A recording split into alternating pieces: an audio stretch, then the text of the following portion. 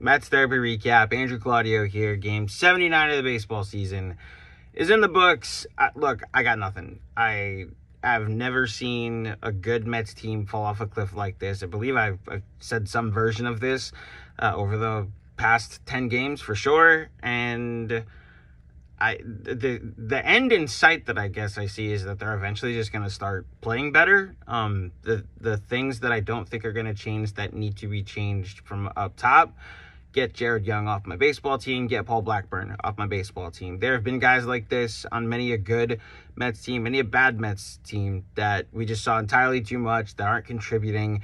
The Blackburn thing, at least he gave you an extra 2 2/3 scoreless when I thought this was trending toward a game where he's out after 3 with 6 or 7 earned runs, and he at least kept it at 3 to give you a chance. But he's hopefully going to be replaced by Sean Manaea in the rotation in the not too distant future, and then we never hear from him again. We've seen this before. And then look, you don't want to make their offensive struggles about one player. Alonso didn't do anything tonight. McNeil has hit a funk. He didn't do anything tonight. Tyrone Taylor, I said this to Dexter Henry yesterday, he's a 9-hitter. So what you get out of him offensively is a bonus because he's elite defensively. Same goes for Brett Beatty, who had an error tonight, so it was actually the reverse. He made a mistake defensively and gave you 2 hits instead. Hopefully that's a sign of him looking anything like the way his strongest supporters think he actually is.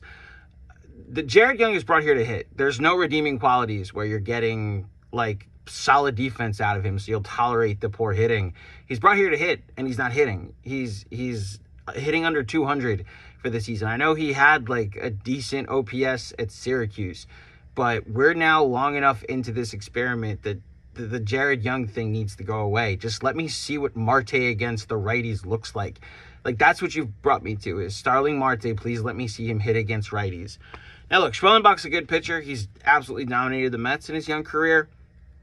The 2 scoring opportunities the Mets had outside of Soto's home run, Nimmo fouls out on an insane catch by Austin Riley, and Juan Soto strikes out against Dylan Lee, who's had a great year and a great at-bat, and he just made a good pitch, and Soto swung for it. That'll happen. A loss like this is digestible at random points of the season where you just run against a good pitcher that has your number. When it's the 9th loss in 10 games, it hurts even more.